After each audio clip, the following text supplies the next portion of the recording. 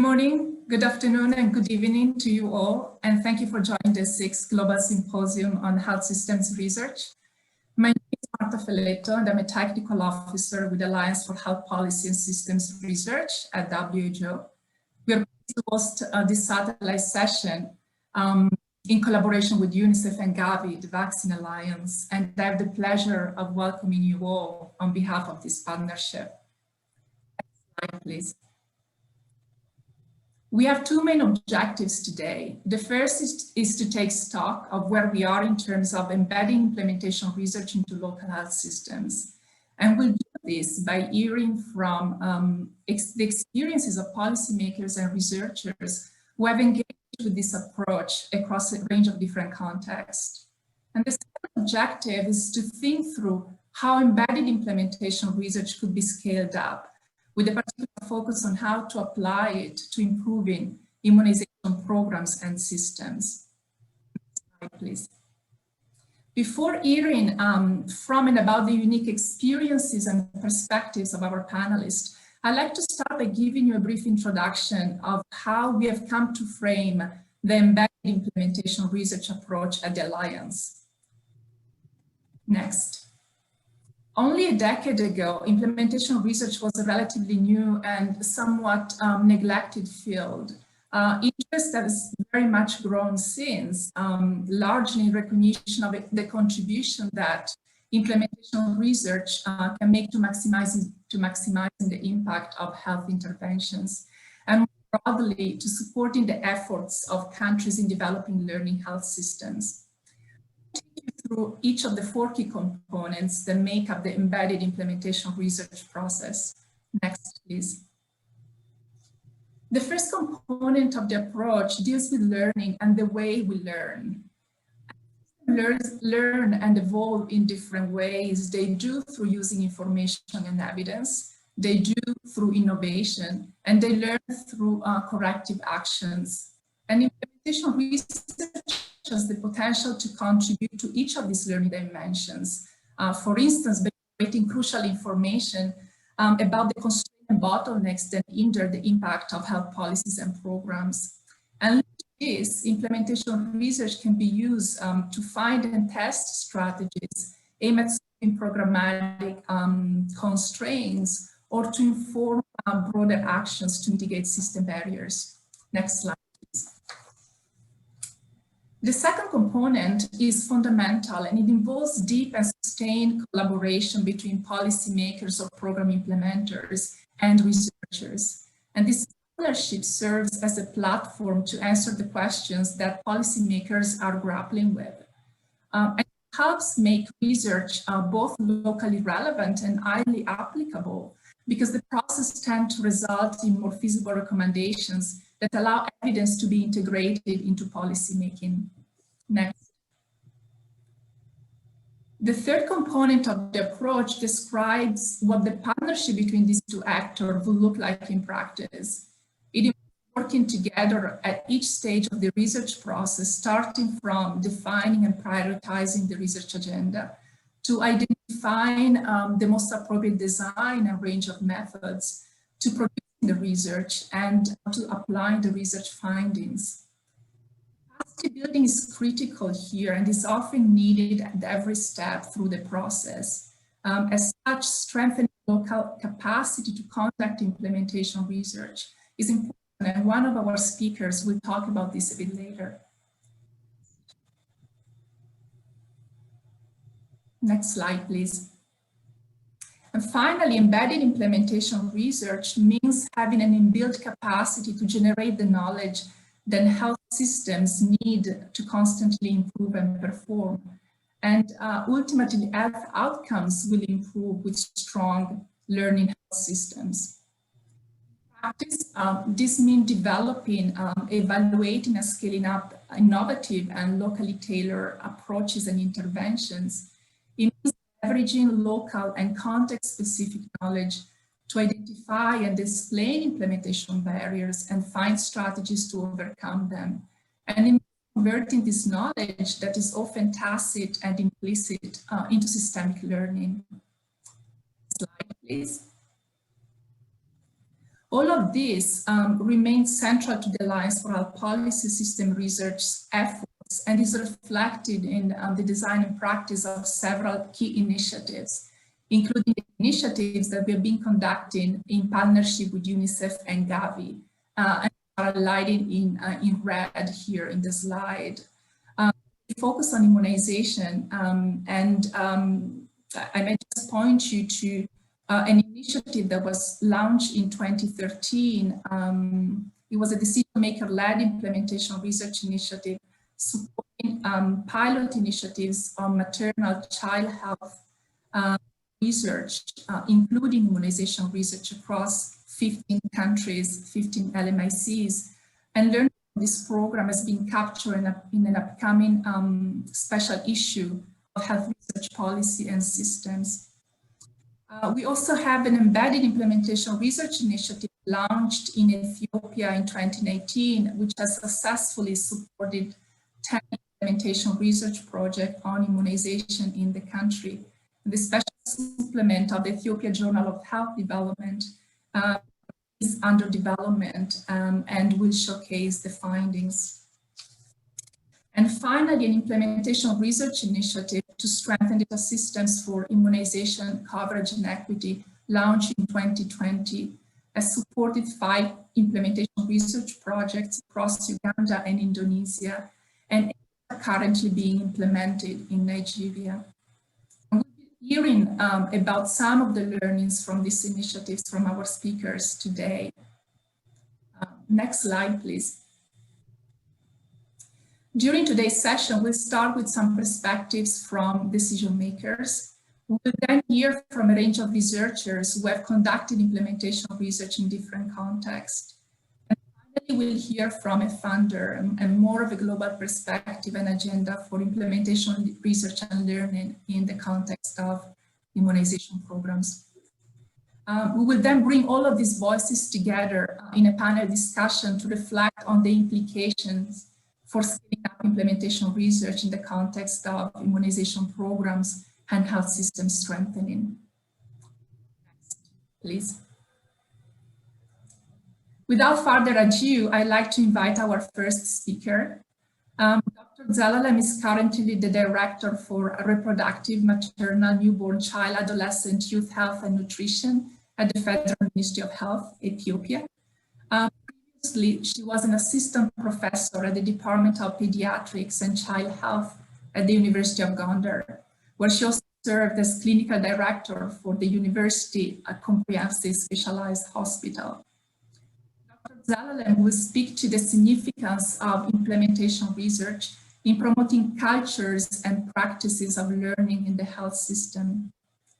Before giving the floor to Dr. Zelalem, I'd like to encourage the audience to enter any questions in the live Q&A box and to use the discussion forum as a chat function for any comments or discussion points you may have. Dr. Zelalem, we are honored to have you with us today. The floor is yours. Thank you. Thank you very much, Marta. Thank you everyone for the excellent platform. It's really my honor to represent the Ministry of Health, particularly the Maternal, Child, Newborn and Child Health Directorate and myself. And let me start by saying good morning, good afternoon, all colleagues.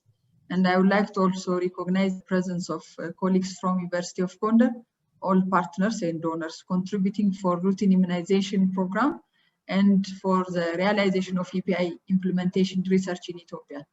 It's really my pleasure to forward key points on this panel on behalf of the Ministry of Health of Ethiopia and particularly Maternal, Child Health and Nutrition Directorate and myself. As you know, immunization program is one of the most efficient and cost-effective program with a huge investment return to reduce morbidity and mortality due to vaccine preventable disease, which is globally well known. And globally, it is estimated that 2 to 3 million child deaths are averted with immunization program.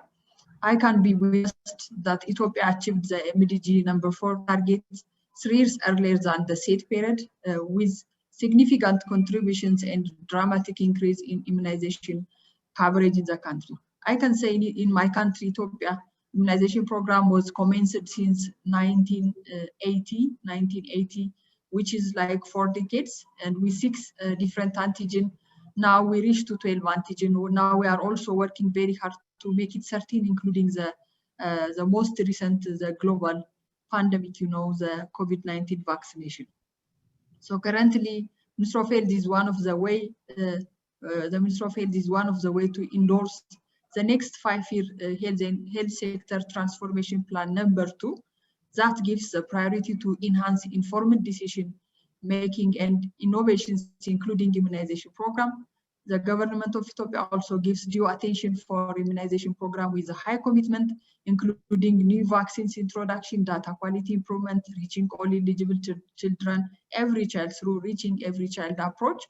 The generation of evidence and implementation research impact on immunization program will help us a lot to inform our program to really look into come back with very important solutions to make it very efficient and effective as planned. With the support from the University of Gondar, partners and donors, the Ministry of Health conducted the immunization implementation research on data quality, cold chain improvement, demand generation, and vaccine quality area. The findings from this thematic area are currently using for revision and development of multi-year plan for immunization, which will be there for the coming 5 years. We are working now on a draft, so we are in this strategy multi-year plan is also informed by the such information that we got from the implementation research. So this is a big success. And immunization program policy and national 5-year plan of health sector transformation plan. For the coming 5 years, we have learned that implementation research have significant contribution for reproductive, maternal, newborn, and child health program to engage experts in evidence generation and implementation of findings by themselves. And I can say, finally, data quality is still being challenged in immunization program among the administrative data, immunization coverage survey, DHS result, WHO, UNICEF estimate, and other data source, which the program demands urgent tiebreaker solution in narrowing the huge discrepancy. I can say engaging immunization program experts in data reviewing and evidence generation through the implementation research will motivate the national and sub-national staffs, as well bring solution to help the program in closing such data gaps. And going forward, improve the overall immunization service utilization in the country. I can say also Ethiopia can be the champion for Eastern Africa. Why not for Africa? This is what the Ministry of Health, regional health bureaus, and partners gained skill and experiences from the immunization implementation research program. Finally, the most final I can say, I would like to reaffirm myself and my organization commitment to support such initiatives, and we will continue working with you all in evidence generation and new technology on further improvement of EPI and other RM and SH programs. And I would like to convey my acknowledgement to the University of Gondar colleagues and for the Grand University as well, for partners, donors, for your unreserved and tireless support on EPI implementation research and approach, and for its rollout, in fact. And I thank you very much. Marta, thank you very much once again for the invitation, and over to you. Thank you so much, Dr. Zalal, and thank you for your insightful talk. I appreciated how you shared with us how implementation research has been carving out a role in the MOH agenda and how it has helped inform the sector transformation plan and the new multi-year plan on immunization. And thank you for sharing what it means for health planners to have these learning capacities and what implementation research, how implementation research can contribute to that. I'd like now to introduce our next speaker.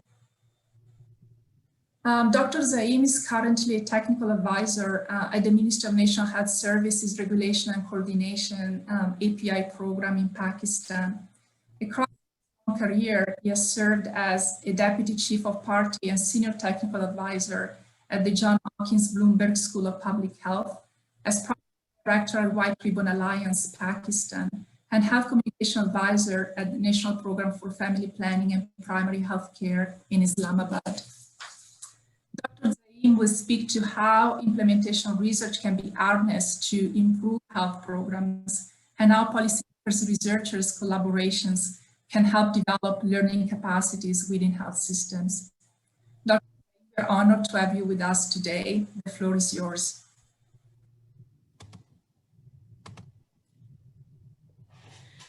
Thank you very much, Marta. Thank you very much, all the colleagues, participants on this wonderful platform. Let me start by saying good morning, good afternoon, good evening, wherever you are. Using this opportunity, I will be actually sharing something that Pakistan experimented with during the period of 2017 till, I should say, today. And the perspective that I'll be sharing is a unique because when this whole idea of embedding implementation research into improving the immunization program in Pakistan was being considered and conceptualized, I was part of that concept and then helped materialize the events, the researches. I was a PI in one of the researches. And now I have the opportunity of working on the other side, that is the policymaking side. So seeing some of the positive outcomes that those researchers contributed. So it's a unique position and the perspective that I'll be sharing. And thank you very much again for giving me this opportunity. So moving forward, Pakistan, as we all know, is one of the countries where a large number of newborn babies are born. We have a high reproductive rate. But unfortunately, many of these beautiful newborns, they die. We have a high infant and child mortality, one of the highest in the world. And the irony is that 50% of these childhood deaths actually occur because of the vaccine preventable diseases like pneumonia and diarrhea. So a country should focus on its immunization and its coverage, but the data tells us it's 66% at the national level, but there is a large discrepancy or variation with some of the provinces having it at as low as 29 and other affluent provinces having a coverage of 80%. So the question in front of the program as well as the ministry and its partners was how to improve this situation. And one of the answers was to let's carry out some embedded implementation research. So the ideas were discussed and there were certain steps that I will describe on the next slide. So next slide, please. So starting from the top left, the way it was done was that an exploratory study was conducted with all the stakeholders in all the provinces. We have 5 provinces, as well as the federal program and the national ministry, to know what were the views of the failure of the program. And following that, there was a workshop in which these stakeholders were, the findings were shared with these stakeholders, and 4 topics for the implementation research were finalized. And following that, there were a couple of other workshops in which through that process, 10 studies were granted. The 4 topics were governance, information system, demand generation, and how we can leverage the lessons learned from the PORI program. Over the next 1.5 years, these studies were completed and disseminated, and you can see various research papers that have been published. Next, please. A number of achievements can be mentioned, but over here we are seeing 3 images. One is the overall report that that compiles, or it's a compendium of the 10 research studies that were conducted. But in the middle is one pager, which we developed as a policy brief, and immunization program through the Office of the Director General Health was able to table these findings and recommendations to the national ministry. And these were actually endorsed for their implementation. And some of those are actually now being seen um, as practical applications of those recommendations. And the last one, the light yellow green image, is one of those studies on which I was also a study member. And this was a unique study that looked at how the lessons learned from the polio program can be leveraged, and how this synergy, which is being a talk of the town, what exactly it means in terms of its conceptualization, its mechanisms, and what is the status. So since I was part of that study, therefore, I thought that some of the lessons that I am aware of in more depth, I will be sharing. So starting with that study, which as I described, was mainly about how the EPI program that takes care of the routine immunization, the 10 antigens, and the polio program that takes care of polio, how they can work together, what are the ideas and policy directions available, where are the gaps. So this study actually came up with a finding that although this concept of synergy is discussed and mentioned, but it needs unpacking. And this study actually went ahead and did that and unpacking for the system players. And not only the conceptual, but also had some findings for that could facilitate the implementation, synergized implementation of the two programs. And the sink-in of those whole concepts is still continuing, and the latest is the concepts of integrated service delivery, around which various packages are being developed and will be rolled out.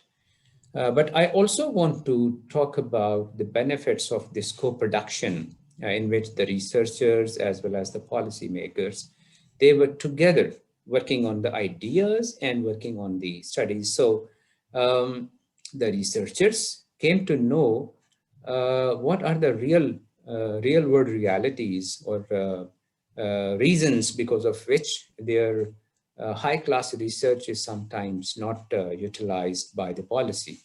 And on the other hand, the policymakers also, since they were sitting on the teams, they realized the significance and the way the research can be carried out. And so there was a understanding on both sides. The process in which both were participating, as well as the product, as I mentioned earlier, both of these areas had their usefulness, and there was more intent to build and use evidence on the policy side. But I should also not forget some of the challenges that we faced during these collaborative exercises. One of those was dealing with the high officials' psyche. So since they were part of the team, so there was that not a push, but a very subtle way of communicating the way they wanted to see the results. So for example, in our case, the study member from the policy side was from the EPI program. And there were certain contentious issues between polio program and EPI. So we as a study team had to deal with that officials presence, which had its advantage, but sometimes it started converting into a disadvantage. And then since these were quick studies to come up with quick policy recommendations, so we were constrained in terms of methodologies. We could not do long-term or big data collection. Whenever we mentioned the word assessment, that was not liked by the policymakers because they did not want to their programs to be assessed. Rather, they wanted some quick suggestions. So most of the studies had to rely on the qualitative part more. And lastly, there were some ethical concerns as well. So, for example, if a policymaker is also part of the study team, and the key informants of that study belong to that program, then we had to deal with this area very carefully so that we do not take the policymaker team member to those interviews, so that the informants do not modify their opinions and do not behave in that what is called I think social responsibility or something. So that was another issue, and I think that was my last slide. Overall, it was a wonderful experience, and as I said earlier, still there are positive ripples because of these studies that I can see while sitting at the immunization programs. Thank you for your time. Over from my side. Thank you so much, Dr. Zaim, for an excellent presentation. I particularly appreciate you commenting on the benefits of co-production, of research co-production, and unpacking some of the complexities and challenges of collaboration between researchers and policymakers. We have just a couple of minutes for a few questions. We'll take only clarifying questions at this stage. But we'll be collating all the questions they will be sharing for the panel discussion. So please keep entering your question in the Q&A box and any discussion points or comments in the discussion forum.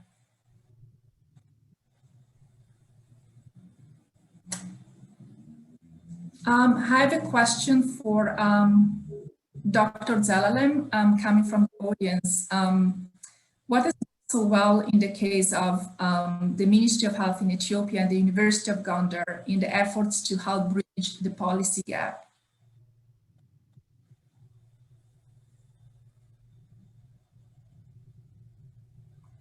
Dr. Zelalem, would you like to address this question?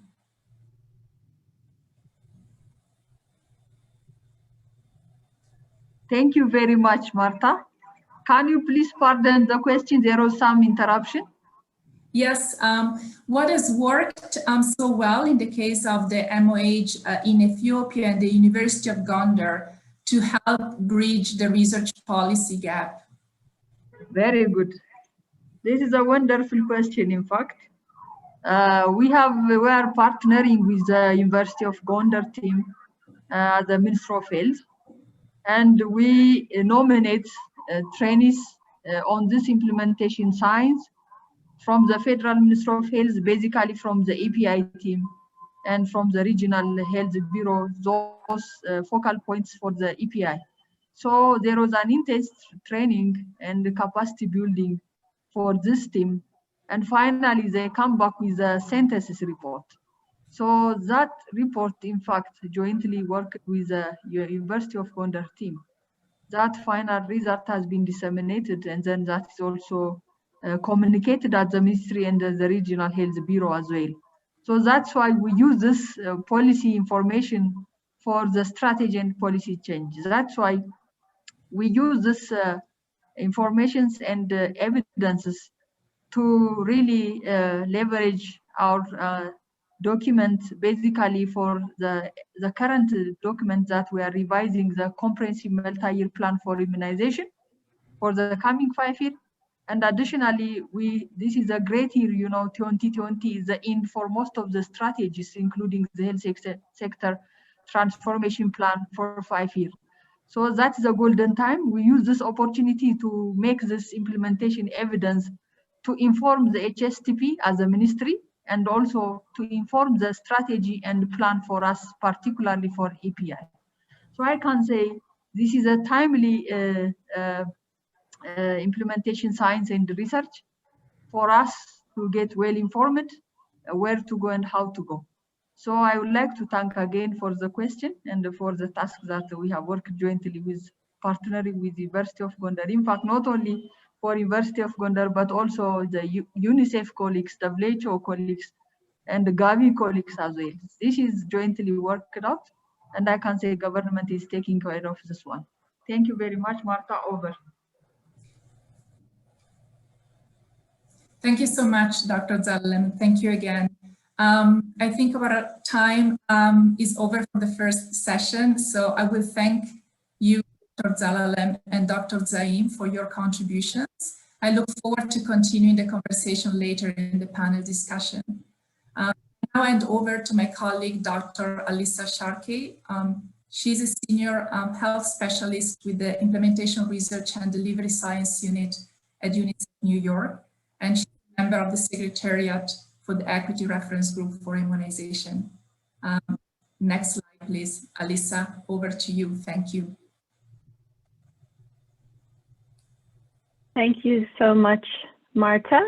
I am very pleased to introduce our next group of speakers who will address the question of how IR can support local capacity and research practice policy links to strengthen evidence-informed health systems. So we'll first listen to all three speakers' presentations and then take a few moments to address any clarifying questions at the end.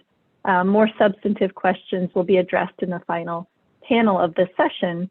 And again, please do enter any questions you have in the Q&A box and use the discussion forum for comments. So first, we're going to hear from Dr. Binyam Tilahun. He's a faculty member of the University of Gondar who's been a collaborator on this work, starting with the Decision Maker-led Implementation Research Initiative in 2016. And more recently, he's led the university's work as a technical support center for IR in Ethiopia.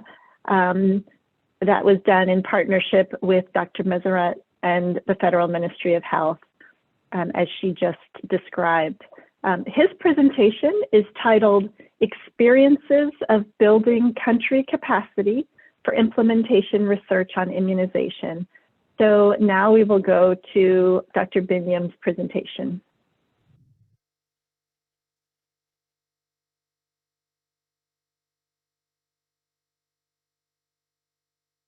Greetings. My name is Dr. Binyam Tilahun. I am an embedded implementation science researcher working in Ethiopia. I am currently serving as a vice president for research at the University of Gondar. And also I am an associate professor working on different implementation science research projects in collaboration with Ethiopia Ministry of Health.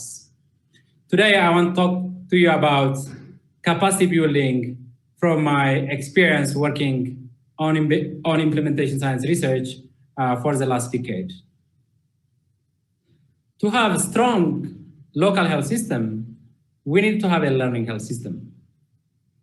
A learning health system is a system where knowledge generation process like research, innovation, and evaluation activities are embedded within the health system itself to continuously learn and then adapt new approaches through embedded implementation science research. In embedded implementation science research, as you know, researchers and implementers work together from the start throughout the implementation. But to realize this at the national level, there are many things that needs to be in place.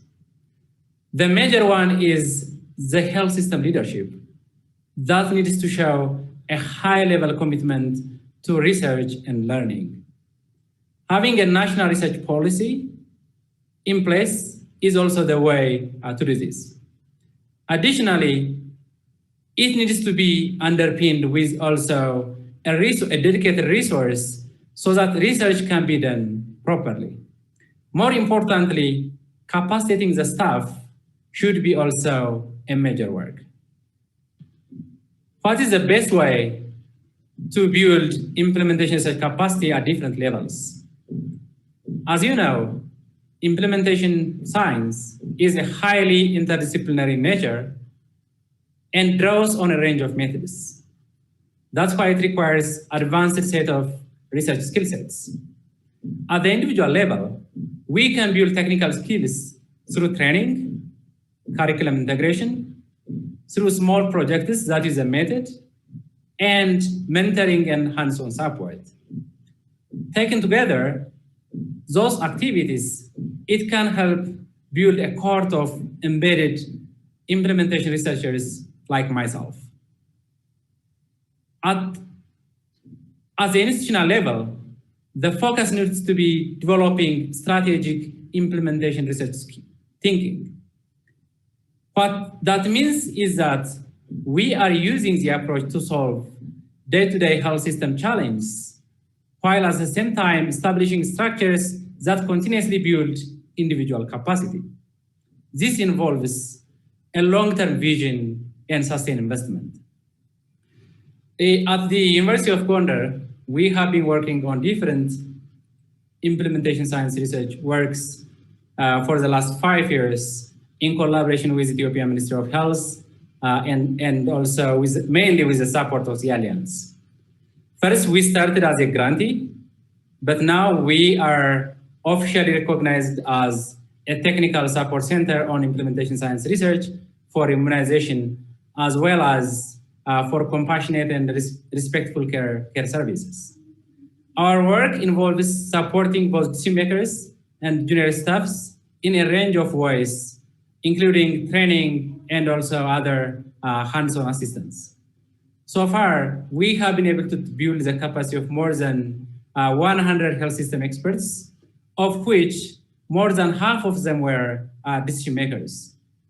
We have been working, in the last 5 years, we have been working on around 11 projects, and then we produced a range of outputs, including journal publications and policy briefs. As you can see, the benefit is both ways, both for the university as well as for the ministry. From the ministry perspective, they are now in a position to conduct implementation science research by themselves. Research is also becoming part of the agenda when they do quarterly and annual plans for the ministry. From the university perspective, as I said, implementation research is now integrated into our curriculum, which will ensure sustainable capacity building in the future. In closing, I would like to emphasize that there is an urgent need for implementation research capacity building.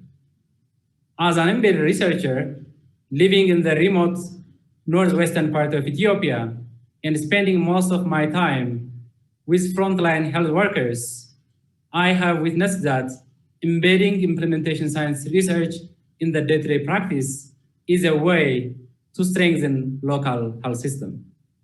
However, for implementation science to be sustainable, we need to give equal emphasis to capacity building as we do for implementation research. This needs to be a real consideration for funders too. For researchers, I also would like to say we need a paradigm shift in our thinking about research, as I have seen happening in Ethiopia. The aim of research should not be only about the number of publications we have in our name. We need to do research to support the day-to-day practice of our health system with evidence. In terms of research training, training should not be to make someone only a university professor. Instead, we need to train experts in research skill so that they can generate evidence that has a real impact for the community. Thank you very much. Fantastic. Thank you so much, Dr. Binyam. Fantastic presentation. Our next presentation is by Dr. Sulis Jawati, an academician at Universitas Ahmad Dahlan in Indonesia, where she conducts research and other academic activities. Before this position, she collaborated with Gajah Mada University on a malaria elimination project funded by the Bill and Melinda Gates Foundation. Her presentation for us today is titled Opportunities to Scale Up Simundu, Yogyakarta's Innovative Electronic Immunization Registry. So we will now go to Dr. Sulis's presentation.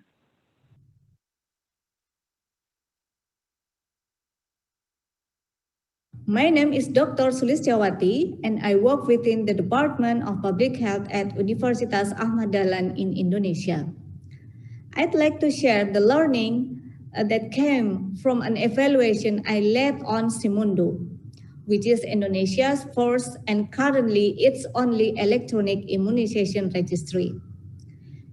At the moment, the system is being used in Yogyakarta province, but the system is truly innovative.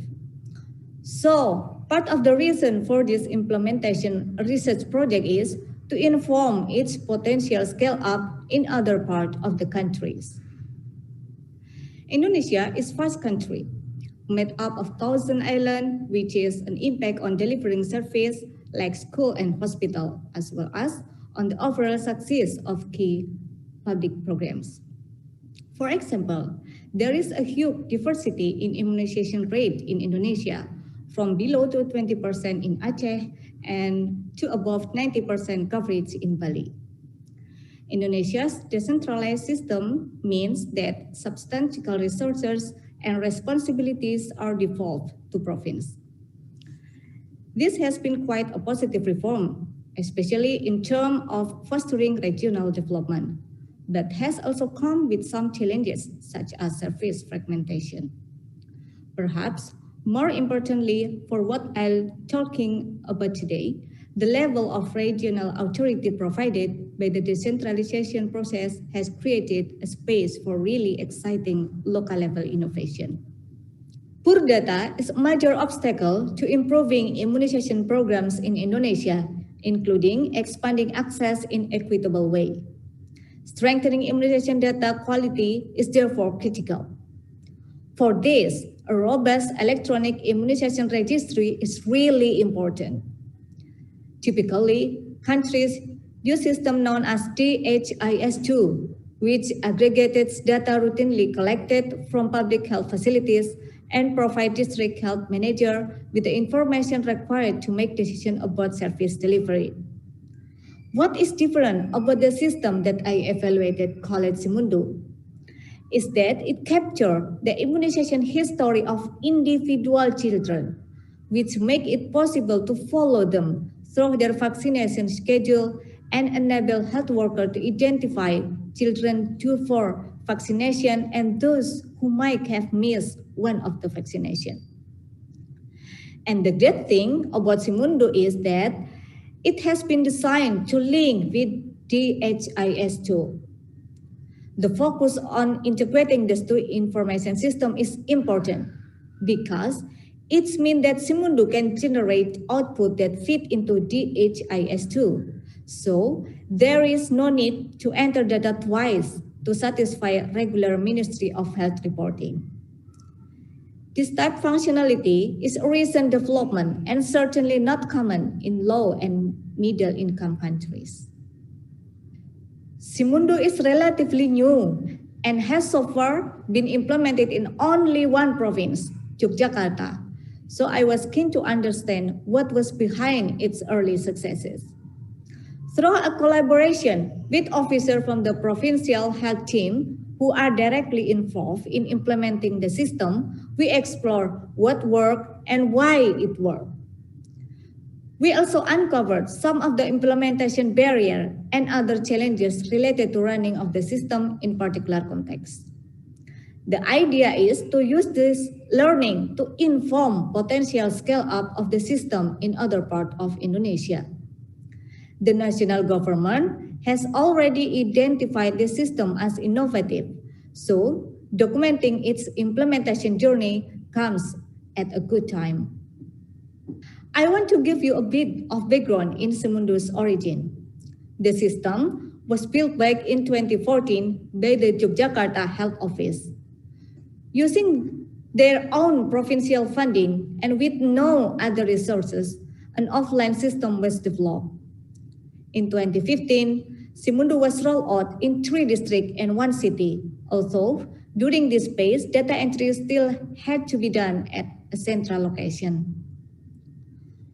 From 2018, all health facilities with immunization mandate were given the opportunity to enter information onto Simundo, and after further improvement, an online version was implemented in early 2020.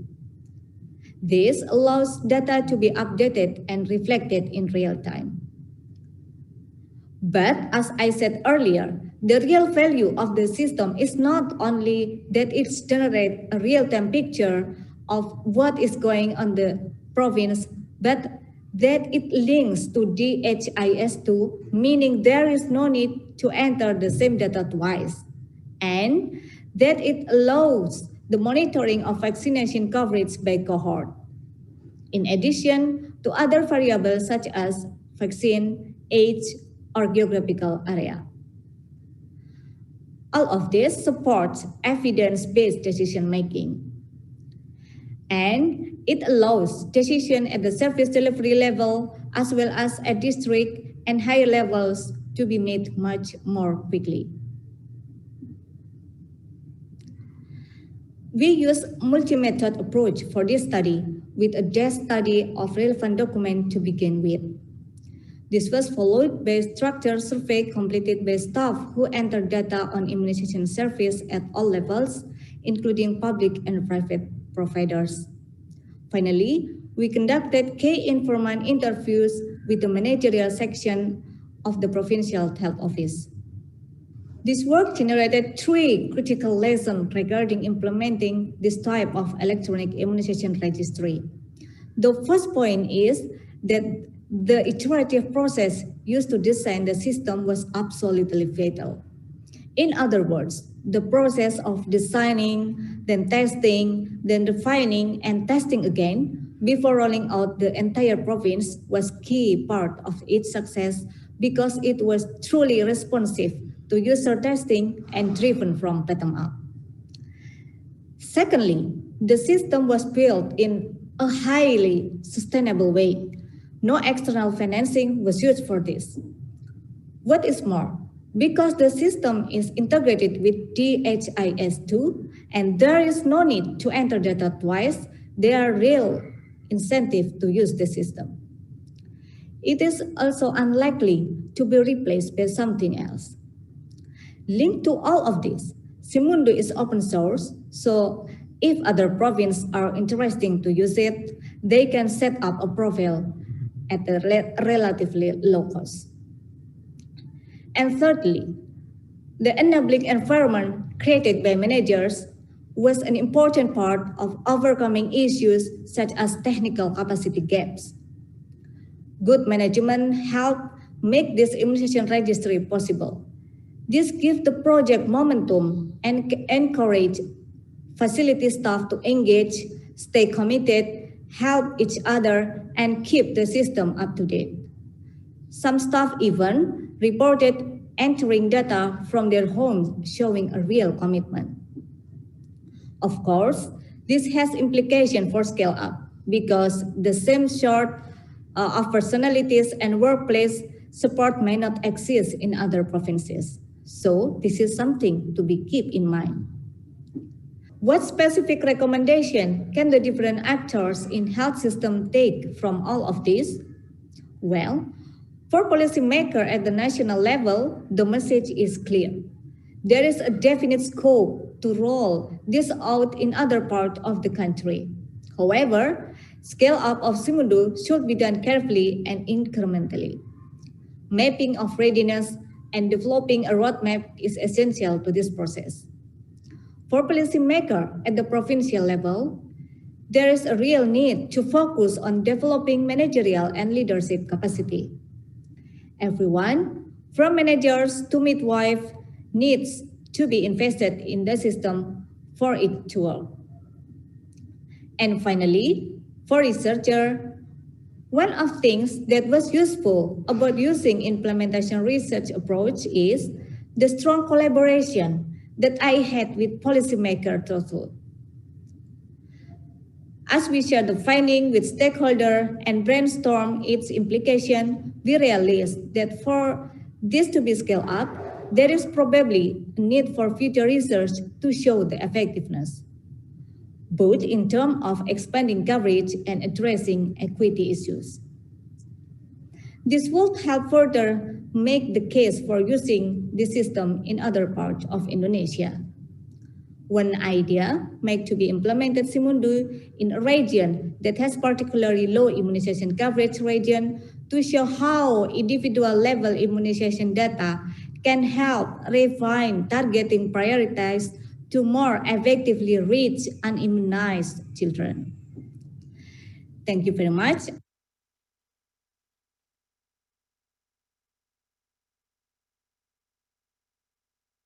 Thank you so much for your wonderful presentation, Dr. Sulistwati.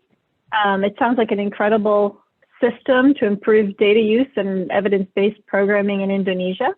And just a reminder to all of you, please just add any questions you have in the Q&A box in our portal. Our final presentation for this part of the session is by Dr. Pamela Bakabolindi.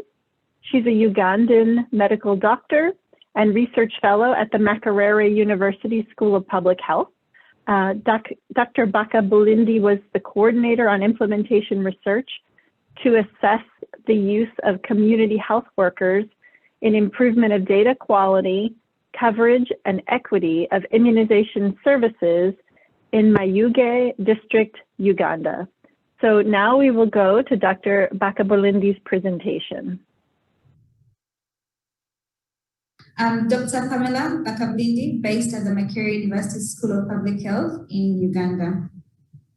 Today, I want to talk to you about a piece of embedded implementation research I worked on last year in 2020, which looked at whether using Uganda's established network of community health workers could help strengthen immunization programs, and specifically, whether they could be leveraged to improve immunization data, something that is critical to expanding coverage and addressing equity concerns in the country. So for more detailed information about this study, I'm pleased to share this project brief with you. Poor quality and inaccurate data leads to unreliable projections, poor planning, and poor programmatic implementation, which ultimately undermines the immunization investments.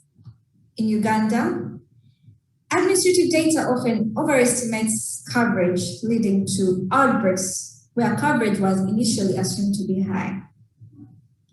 For example, in the just concluded measles rubella national campaign, we had a coverage of 107% in the national campaign, but from time to time, we still see outbreaks in certain districts.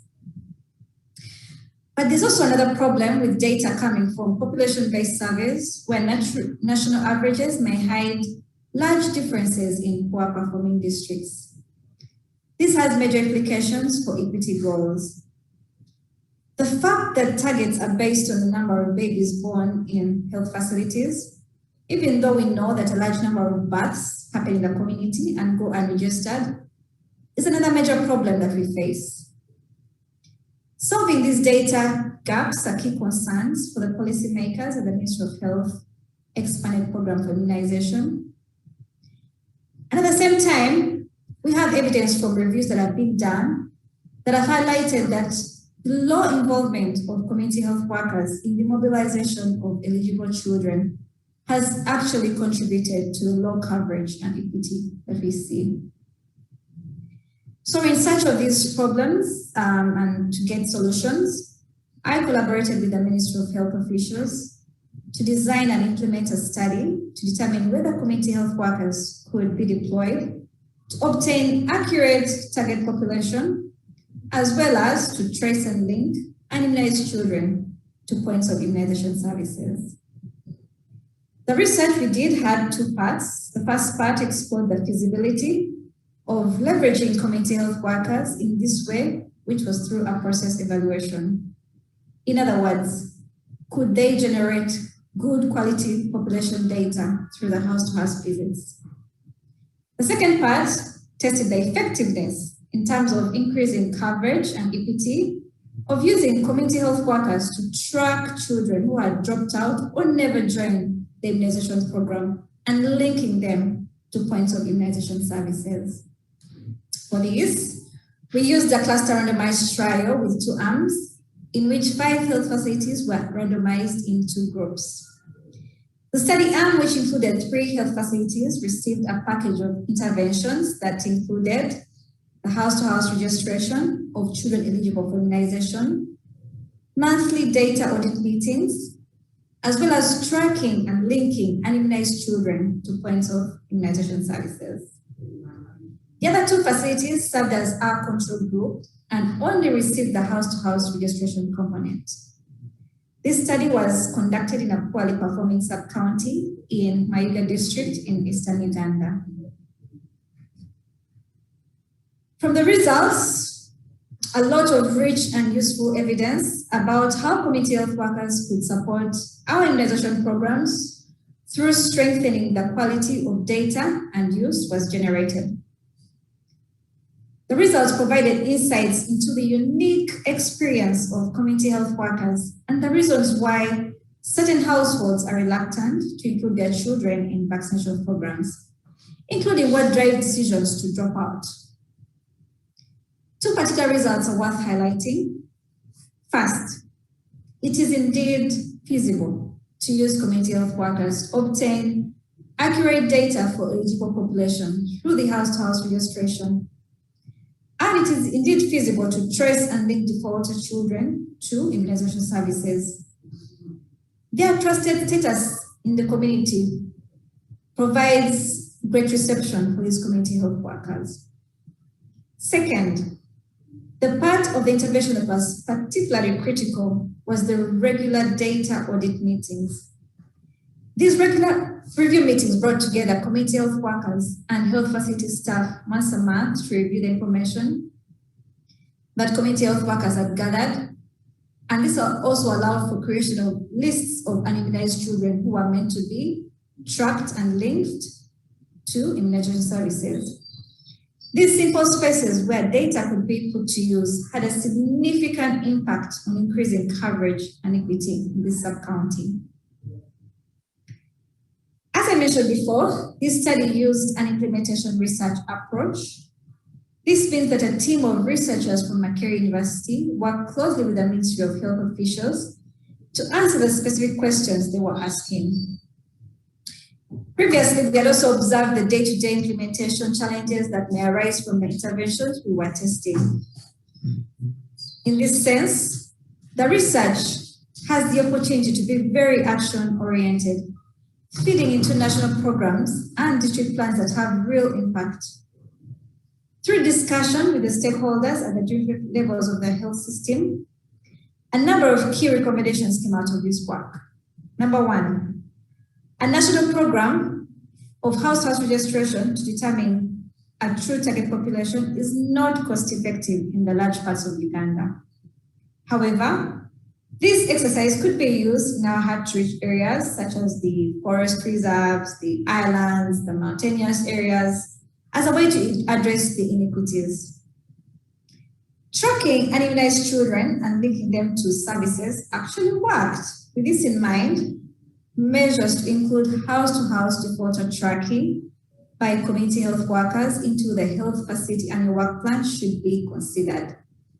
Of course, this may require resources to equip the community health workers with protective gear like gumboots and umbrellas to be used during their house-to-house visits, especially during the harsh seasons like the rainy seasons.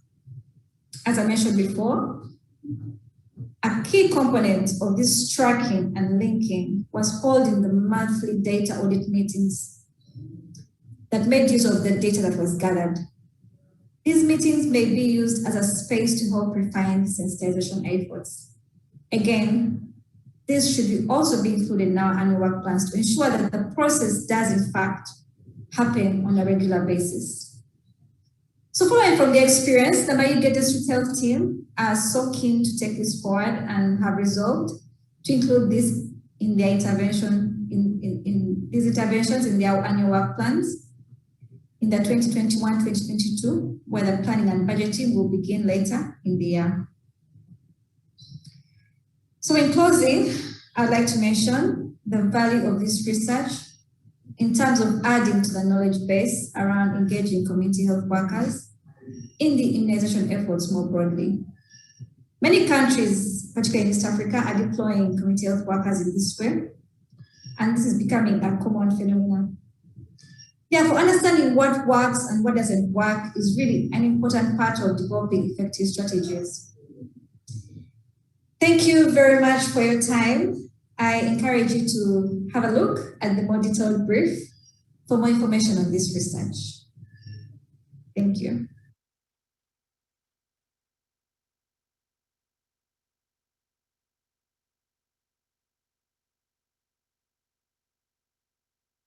Thank you so much, Dr. Bakabulindi, for your fantastic presentation. I think your presentation has really has some tremendous implications for the focus on zero-dose communities, which of course represent the most deprived populations. So lots to discuss around that. We've now heard from 3 researchers who've described how they've used IR to support local capacity and research, practice, and policy links to strengthen health systems in 3 very diverse settings. So now we have just a few minutes for some questions, particularly any clarifying questions for the panelists. So please do type in to the box on the portal if you have any questions.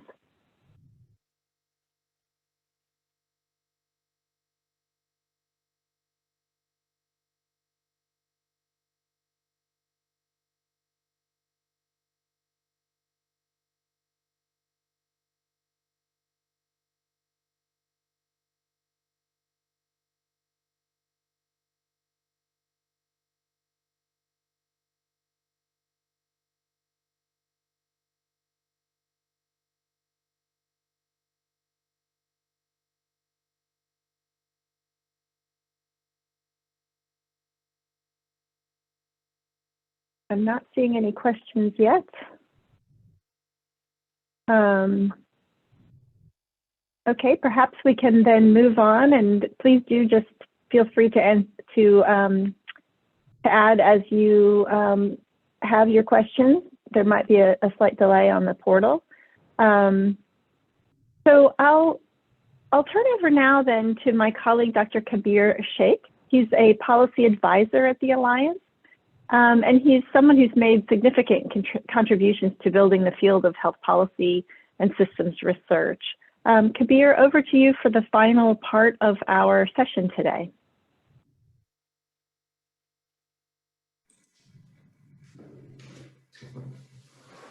Thank you, Elizabeth. That was an excellent set of talks, and I should also take the opportunity to acknowledge our excellent collaboration with UNICEF over the last several years, and in fact this tripartite relationship we've had with Gavi and UNICEF and the Alliance and WHO, and we're really looking forward to continue to build on that for embedded implementation research. So we now move on to the final session, and it's my honor to welcome you to the session in which we now focus on synthesizing some of the talks and some of the discussions that we've had and the experiences that have been described by the different researchers and policy actors, and think about what those experiences mean for scaling up or for integrating or institutionalizing embedded implementation research in health systems for the future. So we're going to start the session with a keynote address by Dr. Vinay Kumar from Gavi, the Vaccine Alliance. And after his talk, we will then move into the panel discussion. So at this point, I will ask only Dr. Vinay Kumar to make himself visible and to unmute himself for his keynote talk. And once we've had his talk, then we will ask him to stay on for the panel, but we'll also ask the other panelists to join. So it's my pleasure to welcome Vinay. He's an Indian national micropatriot, and he started his public health career from Afghanistan, and 15 years of experience in public health and health systems, in monitoring, evaluation, and learning systems with a focus on performance, measurement, and improvement. Vinay has worked at every level, from grassroots level to the global level, and he is very well published in the field as well. He currently, of course, works at Gavi, and he's been supporting over 40 countries in the last 8 years at Gavi, advising on different mechanisms for evidence-based decision-making and better data systems. And most importantly for us, he's worked in championing and leading the investments on implementation research. So we're really grateful for him for all his support over the last few years in working with us on that. He's worked a lot in fragile and conflict-affected countries, and he's currently engaged in shaping the learning agenda for country-level support that Gavi provides, and I know that that's going to be an important focus for Gavi in the years to come in Gavi 5.0. So Dr. Vinay Kumar, welcome. Dr. Vinay will speak on the subject of investment and implementation research, lessons learned and implications for scale-up. Over to you, Vinay. Great, thank you very much, Kabir. Good morning, good afternoon, good evening to everyone who's listening in.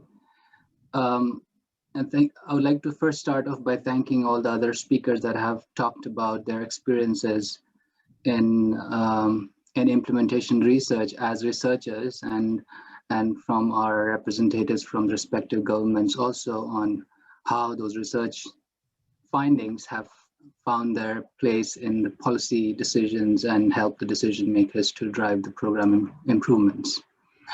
Now there's a big question around, what can we take from this, and what could be the next step in making sure that there is a higher level of mainstreaming of implementation research. So I'm going to talk a little bit on what Gavi as a funding mechanism has been able to do so far, and what are some of the things that are in the pipeline. So next slide, please. So just to give you a brief background on what kind of investments have gone into implementation research from Gavi as an alliance. So the investments in implementation research really started to take shape in the previous Gavi strategic period, which was from 2016 to 2020, also called Gavi 4.0. That's the fourth strategic period. So this is when we really committed ourselves to investing in implementation research as a more strategic decision around data as a strategic focus area to understand and inform the core strategic agenda of Gavi 4.0, which was coverage and equity. The idea of these investments was really to support the generation of the evidence for informing the coverage and equity agenda, and also ensuring that the evidence generated is used by the countries and by regional and global partners to meet the agenda. WHO and UNICEF have really been the key partners for Gavi to carry out these investments, as you've already seen and heard from both Kabir and Alyssa, who have really taken the efforts in carrying out these investments in a systematic way at the country level and at the regional level. So between 2015 and 2018, as you have seen, a large number of projects, around 34 projects in several countries, close to 10 countries, have already been funded, either completed or are about to be completed. And recently, we have started to take a closer look at how this investment can bolster the local capacity building, or what we've been talking about, the institutionalization of implementation research at the country level, understanding the local problems and devising local solutions. And we're trying to do that in furthermore countries, starting with 4 countries in 2019. Next slide, please. So what have been some of the successes and challenges so far? As you've already heard from our speakers from Pakistan, from Ethiopia, from Uganda and Indonesia, it's very clear that the gap between the research community and the policy and decision-making and implementation community has definitely, at least in these countries, has visibly, to a certain extent, closed, and there has been a higher level of collaboration, which is what the entire purpose of implementation research has been. And what that has led to is a policy development in an environment where evidence which is relevant to the context of that particular environment, the policymakers and decision makers have been able to take those decisions in that context relevant setting with the evidence that actually targets those local problems. This has also led to an improvement in the institutional capacities in those contexts, in those countries, from various different perspectives, not only to understand clearly what the evidence gaps are. Often, there's so many questions in the countries, it's hard to prioritize what are the most critical questions that need to be answered. So it has definitely demonstrated that the institutions are not able to prioritize what are the key questions. You have seen that from the examples from both Pakistan and Ethiopia, where a very systematic exercise to understand what could be the key areas of investigation and research and learning, and prioritize the right questions. And in addition to that, the key piece that have been missing in terms of answering the question about following a methodological approach, a sound methodological approach that can be acceptable and replicated and shared across the globe. The implementation research mechanism has been able to demonstrate that it's possible to do that.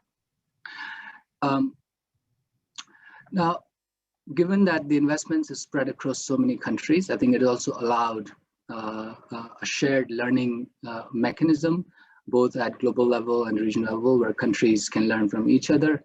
The evidence generated can be collated and disseminated so that there is a resource that is available for everybody to use. However, there are certainly challenges which still need to be addressed. While in some countries the institutional capacity has increased, you will agree with me that a lot of countries still have miles to go. There's still limited institutional capacities, especially at the local level, and when you go subnational, that gap still increases a little bit. In addition, I think that the institutional capacity, the lack or the limitation of the institutional capacity also comes from the fact that often the research agenda is not built into the strategic plans of the vertical programs. And given the push around integration of vertical programs, it's often not very clearly put into the agenda as a learning agenda, into the strategic documents or strategic national health plans. Dr. Binyam has already alluded to that in his talk, and we heard clearly from our speaker from Pakistan about the challenges related to the administrative processes and sometimes the contentious issues between policymakers and decision makers and the academic community. So these procedural challenges that still exist in the real world, and obviously when so many parties are involved, there needs to be a better coordination between all the parties at the global level, at the regional level, between the funders and the implementers, between our technical partners, so on and so forth. So I think these are some of the challenges that still need to be met. Next slide, please. So now with all this in mind, what do we look forward to? What are the implications for for the scaling up or mainstreaming, like I said in the opening, of implementation research. So I'm going to talk mostly from Gavi's perspective, but I think most of this is also applicable to a larger global health agenda. So Gavi 5.0 is driven by furthering the coverage and equity agenda with a more focus on identifying and reaching communities that have completely missed immunization and framing that as a zero-dose agenda. And as part of this agenda, there is an integrated approach that Gavi is working on to develop from a learning perspective, which we're calling the learning agenda around Gavi 5.0. So I think that implementation research is going to play a very critical role in advancing that that learning agenda at the country level and the global level as well. And in partnership with our core partners like the WHO Alliance, I've already explained that we've already started to invest in some of the ways in which the implementation research capacities can be institutionalized at the country level. We've heard some good examples already from Ethiopia, for example, and where Dr. Binyam alluded to the setting up of a technical support center. So that is the kind of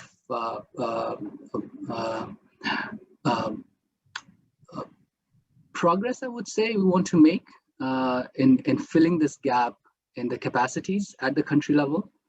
And of course, you know, the topic of this discussion on embedding the implementation research with the program, I think there's a key question on what do we mean and understand by the embedding.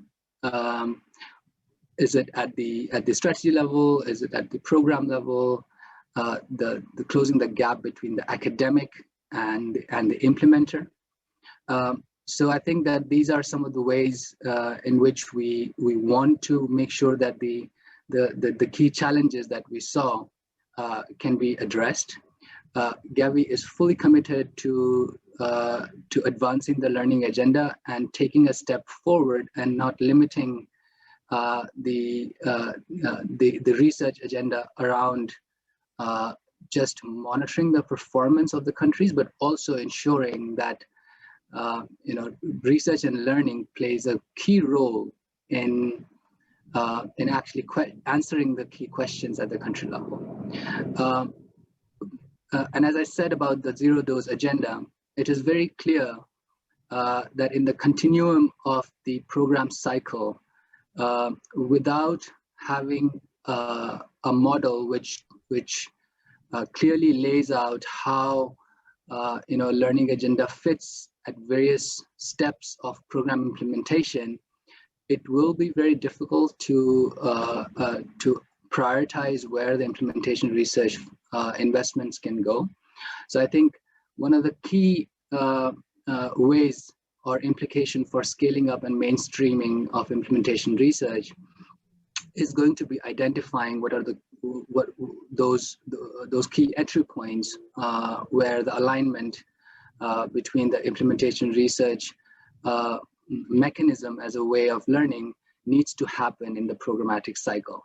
And this is a discussion that with our partners, both at global level and at the country level, including the country government, is what we're hoping to have in the near term and in devising this learning agenda and hoping that implementation research will play that critical role that it can play. So thank you very much. I'll be happy to take any questions.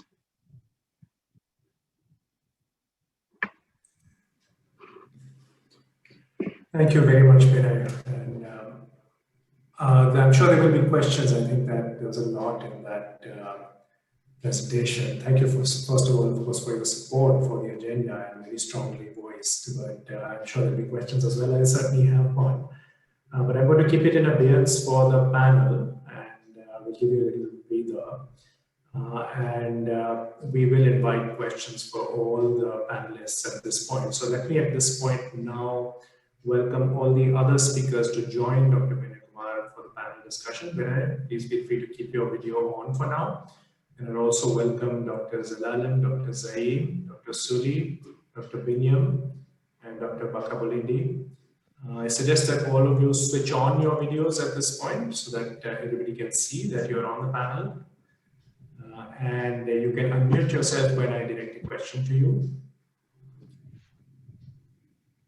So I'm also keeping a tab on the questions coming in, but let me start us off with an initial round of questions. And I thought it would be great to reverse the order and start with Dr. Suli and Dr. Pamela, if you don't mind me referring to you by your first name.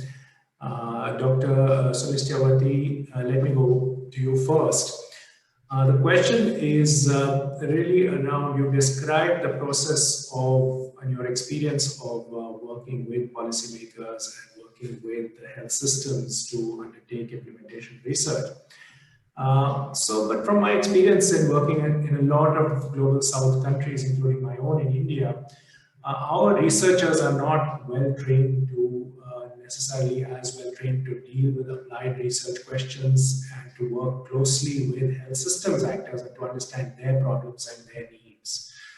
From the formative training, we tend to be focused a little bit more on scientific application, technical merit, and less on applied aspects and on practical aspects, which is really what implementation research is all about. So I'd like to invite your reflections. How can the training of academic researchers be improved to help them to work more effectively within health systems and to use their skills to address implementation challenges? And Dr. Bakabulindi, I'll be posing the same question to you, but let me first ask Dr. Sulistyawati to respond. Thank you, Kabir. So according to my experience while working with the policy maker in Yogyakarta province, actually we start with discussion among us within the research team as well as the implementer in the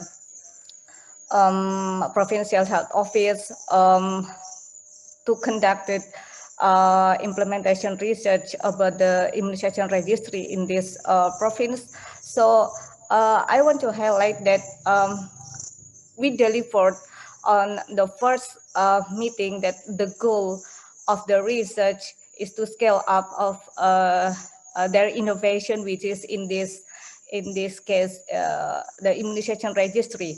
And then when they said agree with the kind of goal, so everything running well with that. So me with my team, there is no found something serious during the research, but indeed about their capacity of like create the research question, etc.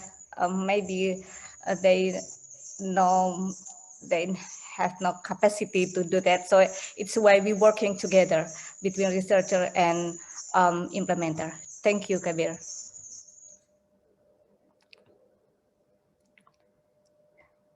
You are still mute, Kabir. Yeah. Thank you. Apologies. Thank you for that excellent observation, and great to hear what you are doing in training in this regard. And I think in future we really need to also work with educational institutions, professional educators to change this mindset. So that's certainly something that we are committed to doing here at the Alliance. Dr. Bakabulindi, can I ask you the same question? What can we do to change training of academic researchers to make them more conducive to implementation research? Okay, thank you so much for the question, Kabir. So in the previous past, there's been a big disconnect between the academia and the Ministry of Health. Oftentimes the academia do research without even knowing what the policymakers are asking. And most oftentimes they don't share their results with the Ministry of Health. So the impact and the effectiveness may not be felt. And of course, with the Ministry of Health, policymakers, they're not that trained. There's no capacity for them to know how to do implementation research.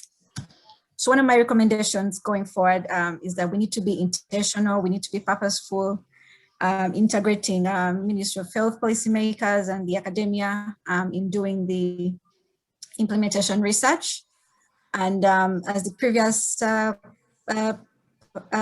speakers have noted, I think it would be worthwhile establishing maybe local hubs of research within the Ministry of Health, where the academia are also involved, so that questions that they're actually asking can be answered and not just doing research that will not answer questions. So we need to be intentional and very purposeful in terms of the research we do. Yeah, thank you. Over to you. Thank you. Yeah. That's a great suggestion to have local hubs. And of course, we've been focusing on this model of building mentor capacity to actually work with other researchers in the region. And of course, Dr. Tirahun spoke extensively to that. So maybe that's a good segue into his intervention, actually. And we can, others should also feel free to respond to the questions that I've asked previously. So please feel free to raise your hand if you'd like to respond to a question I've asked somebody else. Let me at this point turn to Miriam, if you would also like to reflect maybe on this question of academic training, but also speak a little bit to what happens once we have built capacity. I think we do need to look at how we integrate and deploy that capacity more effectively as well. It's not enough just to do the training, but also to ensure that it's used to catalyze demand and use of implementation research and actually is made the use of by the health systems actors. So from your vast experience of working on these projects that you referred to, let me hand over to you for some interventions on that. Over to you.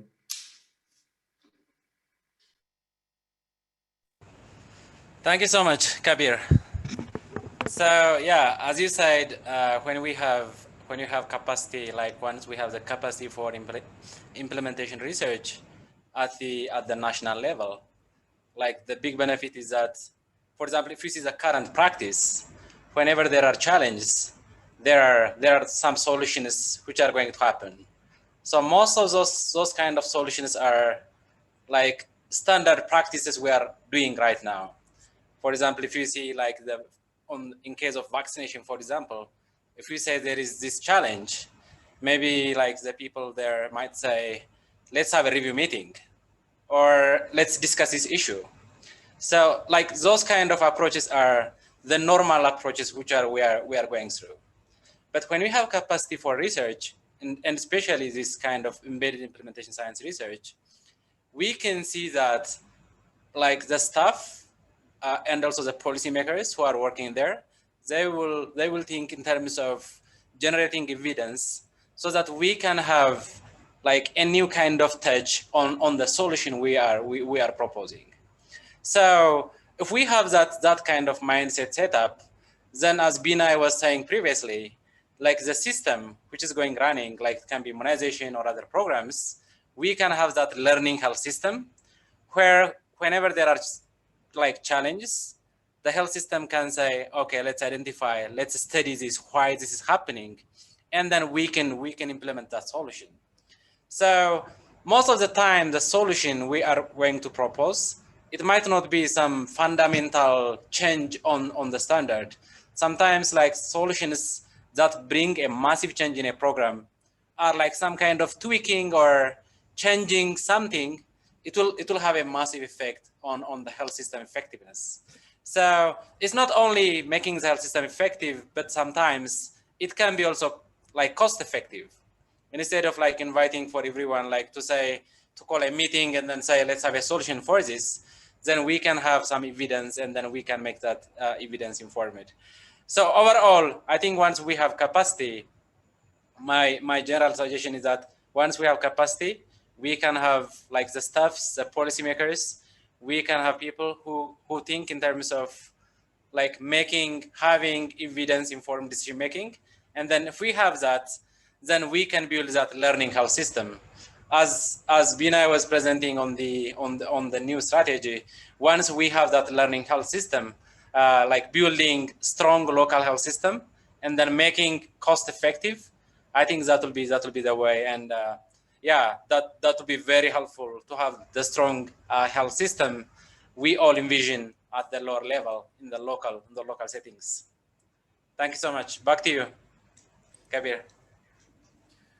Thank you, Binyam. And I really see a strong movement now in our language and the way we are talking about research, implementation, health systems towards this learning agenda. And I think that's very positive. I mean, I see that, you know, it's been a sort of a niche area for a long time, talking about learning systems. But Gavi is making it one of their big areas, and you've been mentioning it. Certainly we at the Alliance are also working on learning health systems. It's actually going to be the subject of our next flagship report. So it's clearly an area which I think brings together the focus on knowledge production with the focus on knowledge utilization. And that's really what we should be focusing on. So delighted to hear that, and wonder if any of the other panelists also would like to reflect on that. I do have specific questions, and there's also a question from couple of questions from the floor. But let me ask if any of the other panelists would also like to reflect on this idea of learning systems and how we can strengthen learning health systems at this point. Hi, Kabir, this is Vinay. I'd just like to make a quick intervention here. I think that it's very critical that, you know, the program learning cycle, I think that the dissemination of the terminology on learning needs to be, I think, more wider across the program management process. One of the experiences, and I think established practice around the need for learning has mostly, especially in the program implementation side of the things, has mostly been around, you know, keeping a tab on how the program implementation is progressing. But if you look at that cycle, you know, where it talks about course correction or corrective actions in the program, that's where I think there is a bit of de-link, and people don't necessarily, the implementers don't necessarily always have the right tools or right information or on-time information or evidence that can help them actually take that course correction. And this is where I feel that implementation research as a discipline could be more closely integrated into the program implementation cycle strategically. I don't think that it should be brought in as an ad hoc mechanism. I think the mainstreaming and the real benefits of implementation research in countries, especially in the local level, will come when there is a purposeful, like Dr. Pamela said, that when there's a purposeful integration of implementation research as a step in the program cycle, you know, which will then inherently bring the decision makers and policy makers and implementers together to not only, you know,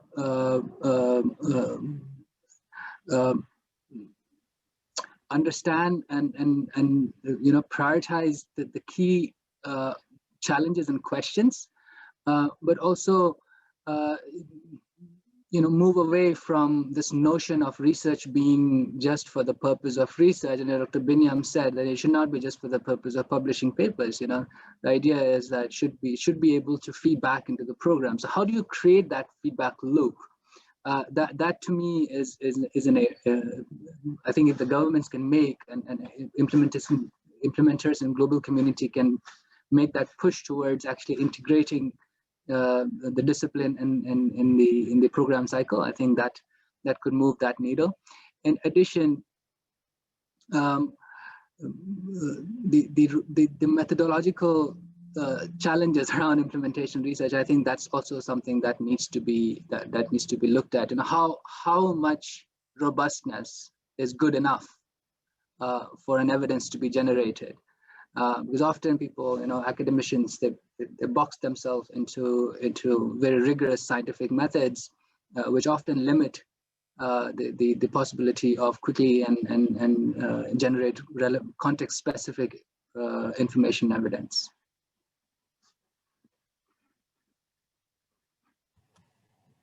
Absolutely, sorry. Absolutely critical, your point about integrating IR into the program cycle and understanding where it fits in. And I think the questions on robustness are also a long-standing issue, and I think also a reason why implementation research sometimes is not being treated with the same seriousness in the academic community, because it's not seen to be as let's say circumscribed in the standards and rigor. You know, although we do follow very rigorous standards, but they're not the same way that you follow them for, say, a randomized controlled trial. So I think that these are all issues we do need to address. I think it also leads, there's a question that's come through on the difference between implementation research and operational research. I think it's something we face all the time. And I think what you said also gives a very useful pointer on that.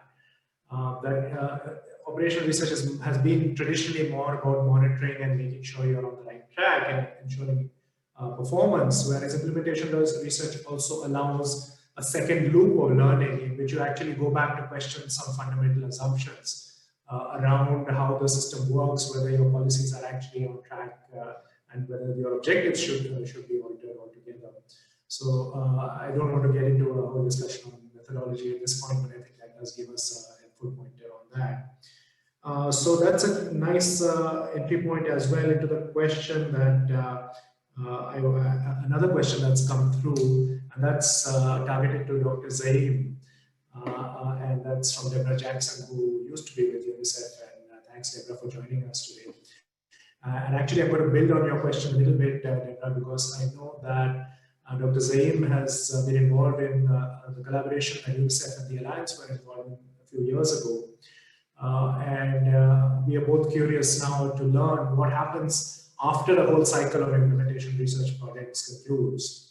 And has been disseminated. What has been your experience of the long-term influence of that experience of embedded implementation research on the practices and the policies and the systems in the setting in which you're working?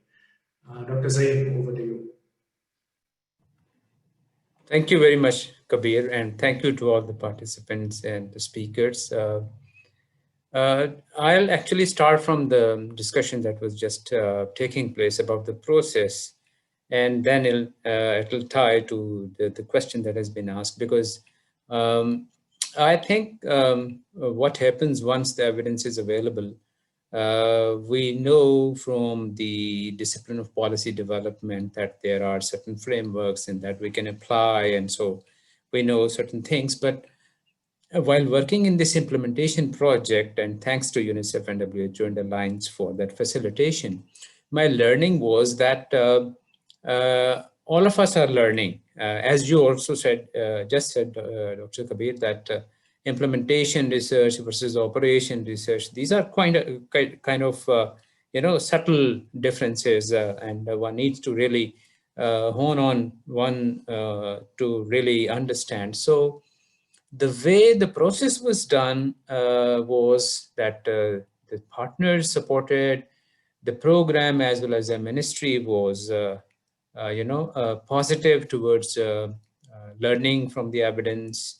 And then there was an institution available in a university that actually provided a platform to facilitate all of these researchers.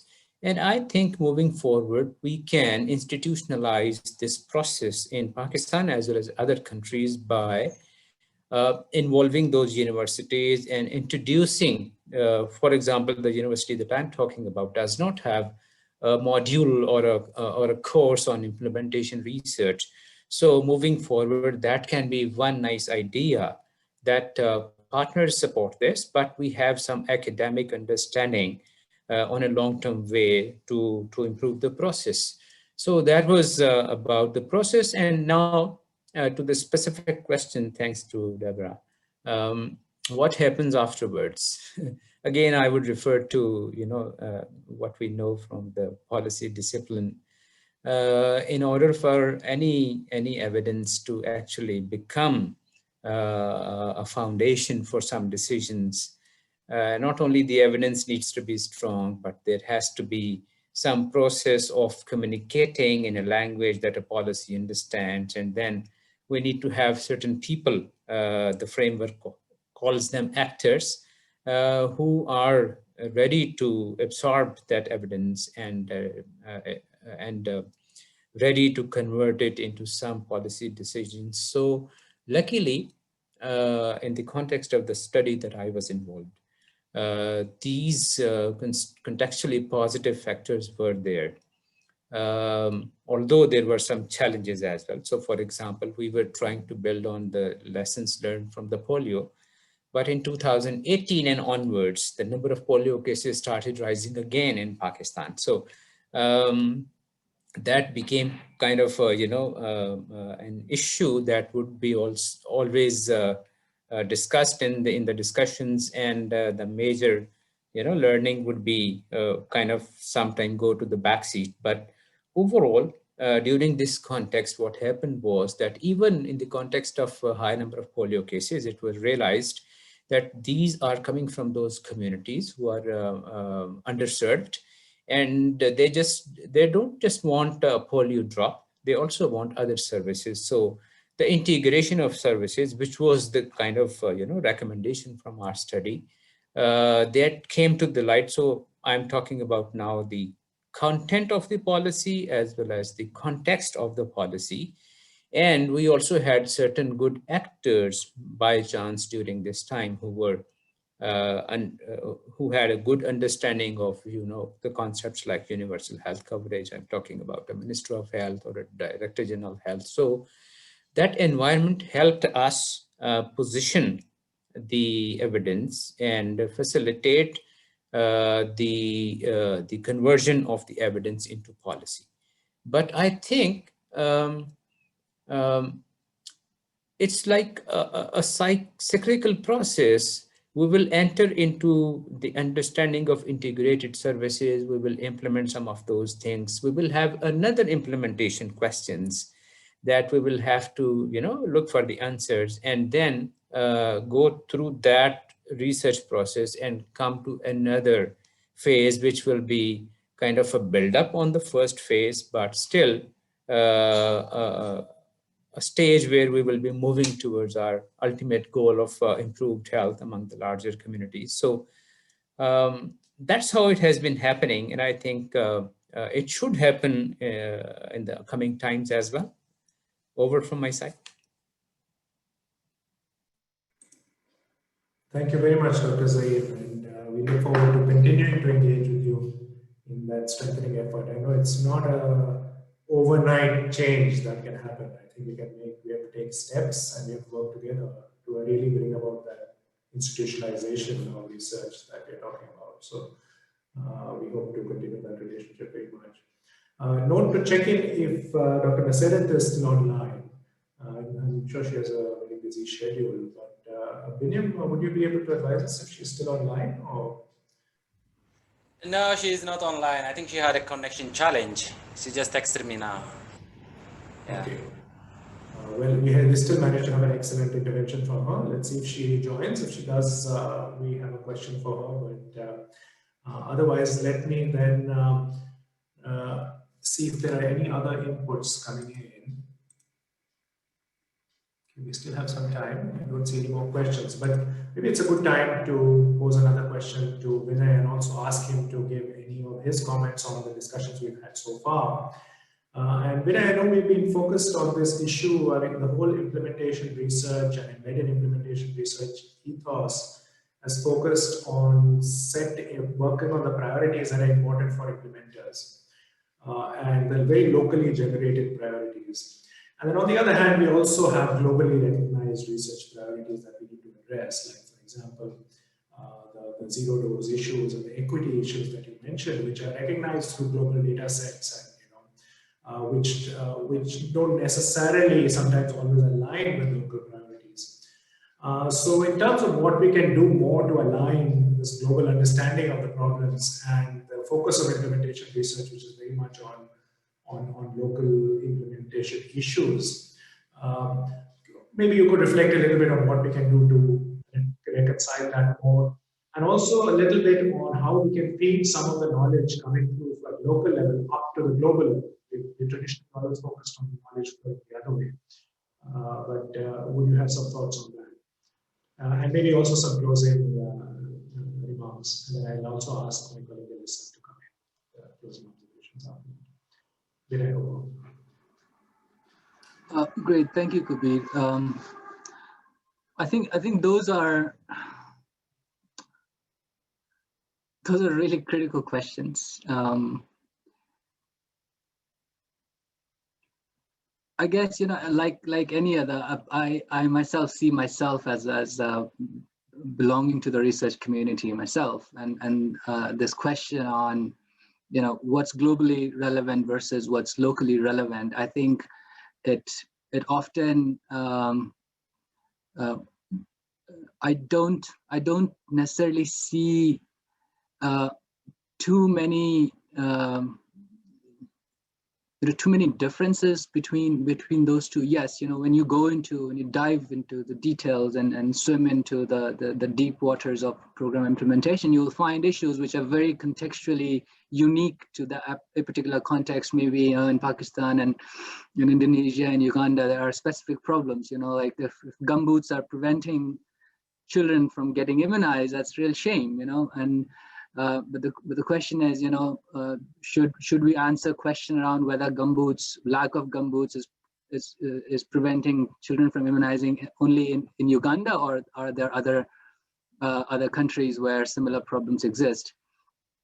So I think that the key lies in a mechanism of communication and dissemination.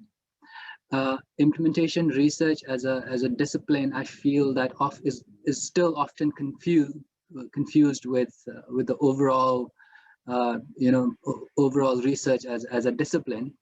I think that, you know, bringing a bit more communication and capacity building around when implementation research is called for as part of the learning agenda, I think that is going to probably bring in some more clarity on how it needs to be communicated.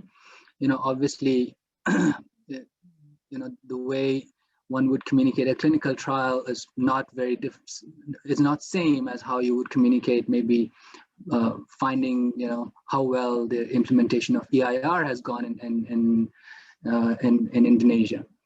So that brings me to the question around, you know, what is globally relevant as a strategy and how should we move towards it? To me, it's a multifaceted question. I don't think there's one specific answer to that.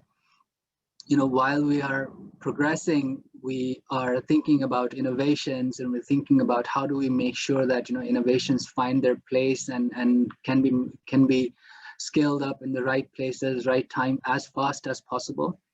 At the same time, you're also faced with you know, unprecedented challenges like COVID. So how do we you know, as an implementation research as a discipline, how do we leverage that best in defining the purpose of that research agenda, you know, the learning agenda? You know, one is learning and trying to do new things versus you know, institutionalizing that capacity for a continuous cyclic learning, like Dr. Zaim talked about. You know, COVID is there now, and it may not be there tomorrow, but the learnings that will come from that, how do you make sure that, you know, institutions are absorbing that learning and is sustainable, in a sustainable way, is going to stay with the programs to be used later on.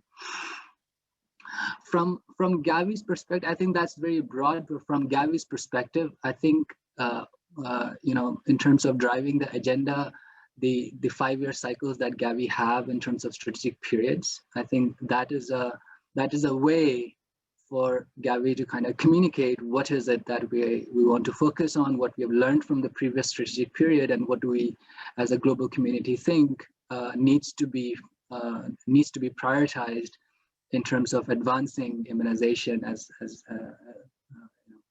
as a program, both globally and at the country level. So as we've been talking about zero dose, reaching the zero dose communities or where the immunization has not reached at all, has been, identified as the key strategic mechanism through which more equitable immunization coverage can be achieved, which is basically advancing the 4.0 coverage and equity agenda, make it a bit more sharp to achieve that universal coverage of immunization in an equitable way. So that is clearly a strategic priority for Gavi and the alliance members.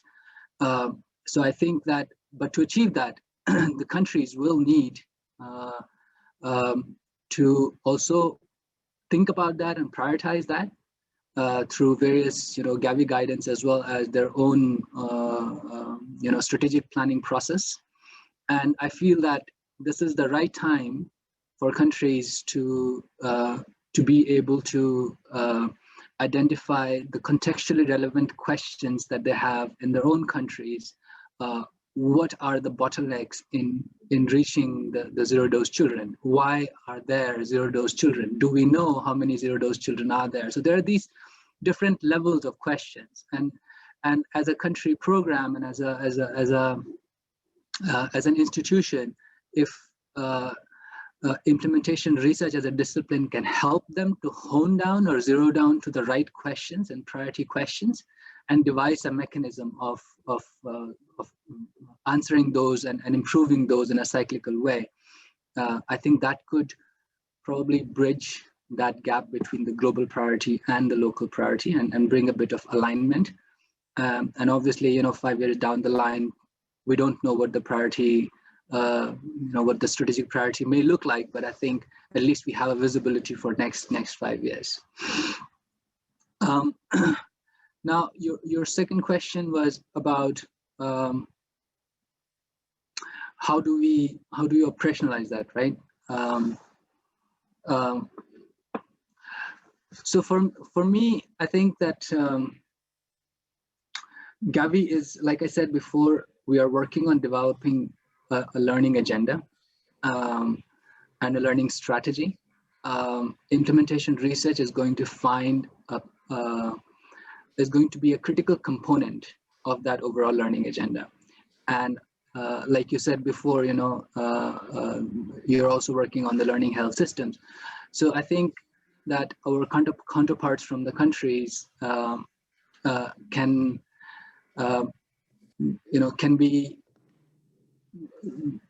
use that opportunity, can utilize that, leverage that that learning agenda and learning health systems to make sure that that implementation research as one of the learning mechanisms for the program implementation is systematically included in the strategic plans and systematically included in the support that they would like to get from Gavi or similar other global health agencies. I think that would necessitate an establishment of the processes that are necessary to do that. Obviously, from the global perspective, there are going to be some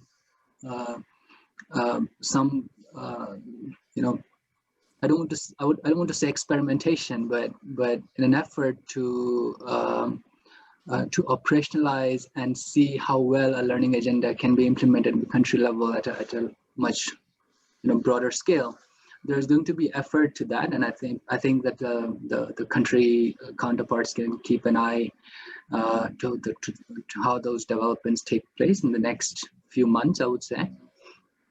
But I think that the key, regardless of whether there are a few sites or numerous sites, I think the key would be for the countries to clearly indicate how strategically they can, establish that link that Dr. Zaim was talking about between academic institutions and the implementing agencies.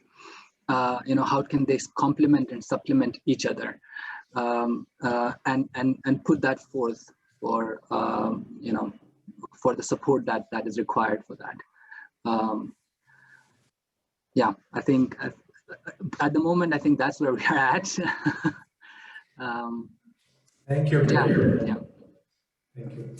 I think you went well beyond my request and even started talking about the operationalization of these issues. And of course, we appreciate that there's an active process of the Gavi 5.0 construction right now, and we will of course be tracking that with great interest. I thought you made two really critical points there. One was about strategic alignment through all levels, at all levels of the system and through all levels of the program cycle.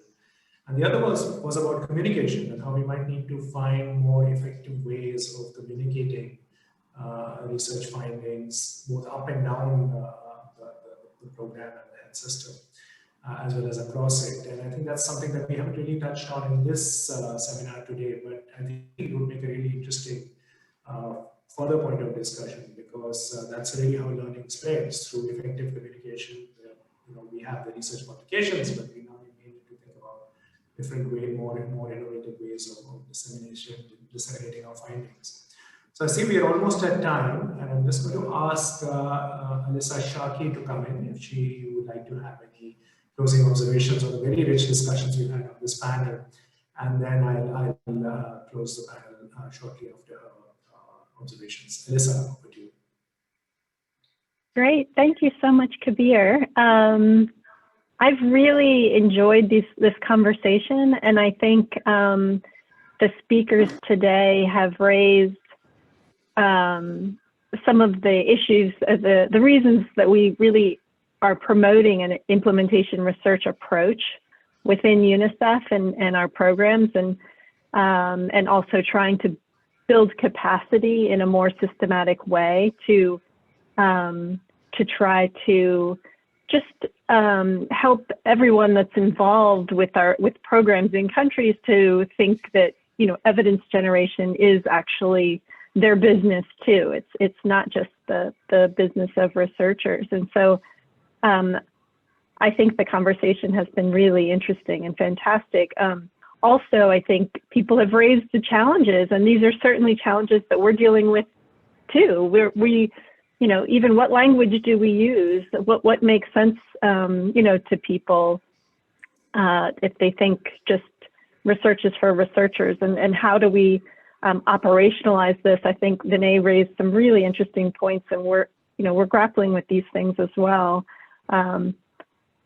So I just want to thank everyone, and I think that this kind of sharing of good practices from the field, I mean, it obviously requires experienced researchers, but also strong leadership from the ministry counterparts who are leading this. And I think it's definitely more challenging without that. And so we're still finding these things. So thanks to everyone, and I hope that we can continue the conversation moving forward. Thanks. Back to you, Kabir. Thank you, Alyssa. I have a couple of minutes left, so I'll keep it very brief in summation. I think there was a lot to sum up, so I won't try to do that all, but I think really useful points about purposeful integration of implementation research, the alignment of strategy, program strategy with research strategy, and some practical ideas like setting up learning hubs to help scale up implementation research in countries. The idea of going back to formative training and having modules for implementation research as part of professional training, and the sort of unanswered question which leads us to our future conversations into how we disseminate and communicate more effectively up and down the program, especially when we're not focusing only on time-consuming academic publications. So very rich inputs, and really my sincere thanks to all the panelists for that. I mean, it's like you've taken time and given us your wisdom and your experience, and it's really grateful for that. We at the Alliance remain fully committed to these efforts, and I'd like to reiterate that embedded implementation research remains a big part of what we do, and we are fully committed to it. Special thanks also to you, Alyssa, and our colleagues at UNICEF and others, Shahab and others. I know Deborah Jackson is with us. She led this effort at UNICEF for a long time, and now Alyssa is in that leadership role. So thank you to all of you. It's been a very synergistic relationship, bringing together very complementary strengths that the Alliance and the UNICEF and IDS team have. Of course, a big thanks to Gabby, represented today by Vinay, for their commitment to research and learning orientation within programming. And I think this, and we know this program is going to, this focus is going to be scaled up.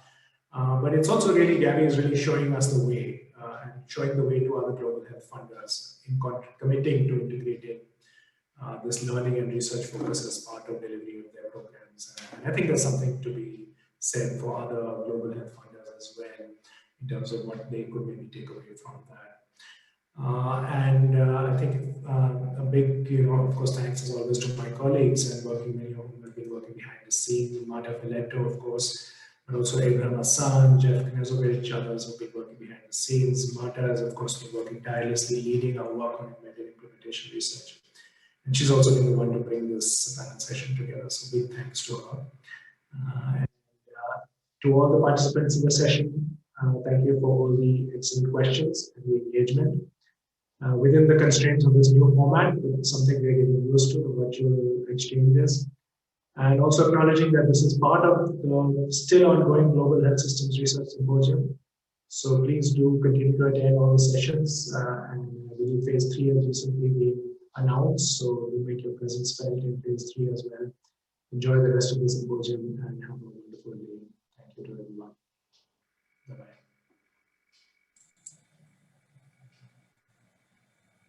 Thank you.